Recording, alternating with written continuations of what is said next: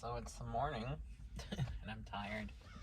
I stayed up much later than I meant to, working on the new episode of my documentary series, Small Town Nights, uh, which I just uploaded last night. And I got a lot of stuff to do today, so I'm trying to wake up a little bit. I'm trying to get some of this stuff done before it gets too hot, because it's already warming up right now outside, so that's fun. And just got a lot of stuff on the back burner. As I mentioned in yesterday's vlog, for anyone who watched it, yesterday the great novelist and short story writer Peter Straub passed away, who is one of my favorite writers of all time. He was simply an amazing writer, an amazing storyteller, and could write prose like nobody's business. It's no surprise he was also a poet, because just his writing style was very elegant, very poetic. And he wrote some of the finest fiction I've ever read, and that anyone has ever read, and was a true master of the craft of the novel. And so I've been thinking since yesterday about writing a piece about him, a kind of a tribute essay about him. I'm publishing it for free on Patreon, so people can check that out.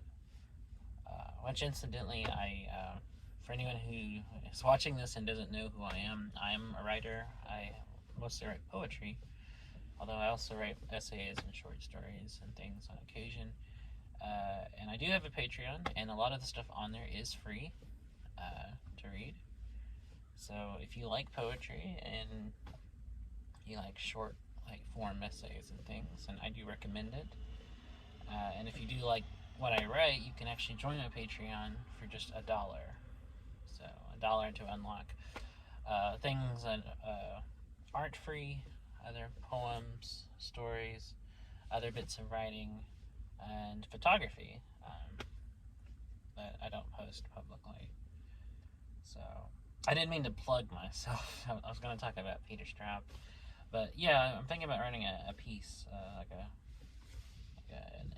an essay about him and why I think he's great.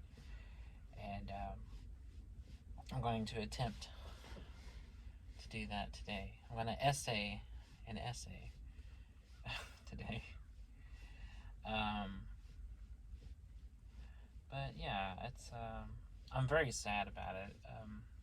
He was one of my very favorite writers, and people praise and hype Stephen King when I think Straub was much better,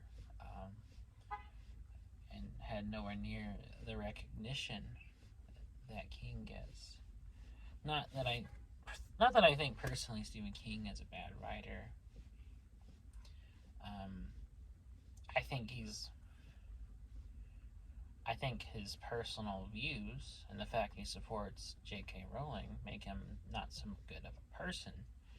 But I would say as a storyteller, King is good. I mean, I've read a huge amount of his work over the years, and considered myself a fan for a long time of King. But I'm relatively new to reading Straub's works too. I haven't read a whole lot by Peter Straub, but everything I have read knocked it out of the park, and is honestly some of the best fiction by anyone I've ever read. And while I may not have read everything he's published over the years, the work, the few novels and stories I have read by him left a really big impact.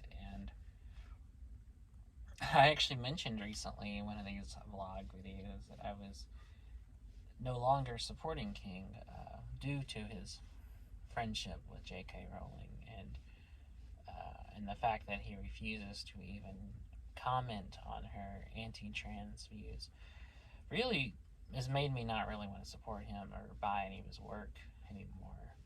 And I mentioned that, Peter Straub was better, so I was wanting to get into him and was kind of going to replace reading King with getting more into Straub and, kind of championing his work.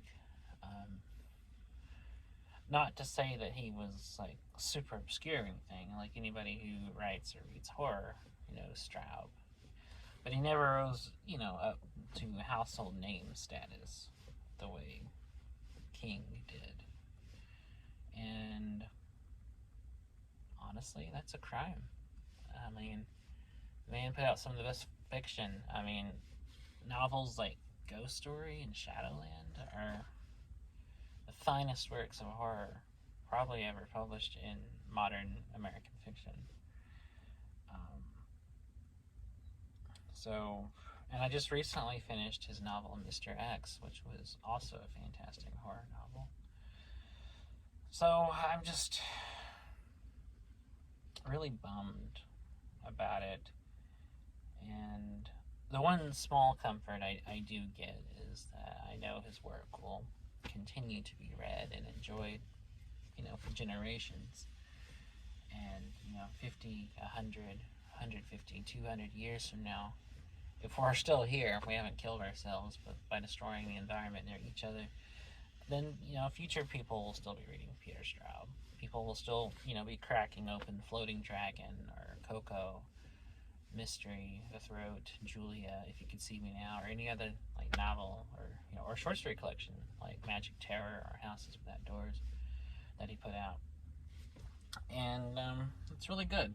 And I'm looking forward to reading more of his stuff. I'm definitely going to get way into his stuff and really try to pay tribute to the man by kind of deep diving into his work. I'm reading a couple of things at the moment that I'm in the middle of, but I'm trying to hurry up and finish those because I'm planning on just really getting into Straub. And another way, he's actually, when I was starting to get into him recently, he kind of inspired me to, pick up fiction again because I'd kind of gotten out of writing short fiction for a while. Everything I've posted recently is older stuff. And he's kind of, he kind of inspired me when I started reading some of his work recently to get back into tackling short stories.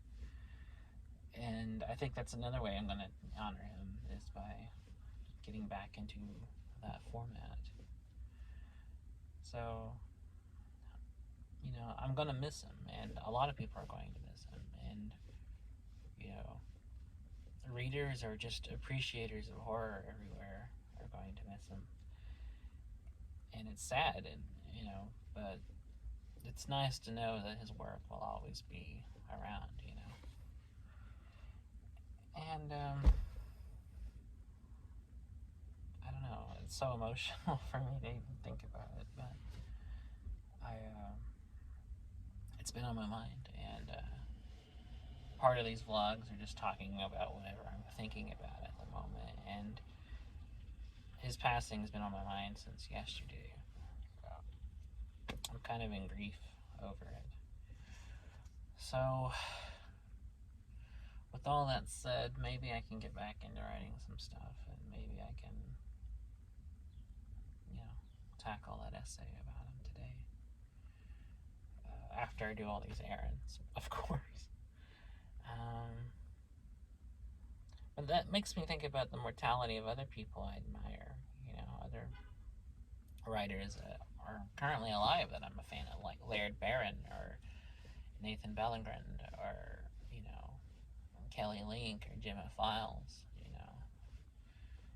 hell, even Dean Koontz, who, I don't like everything Koontz has written, but has written stuff I do find entertaining or some cases very good. He's an older gentleman, and it's just like, oh, that's sad to think about these great people. No, not always going to be around, telling stories.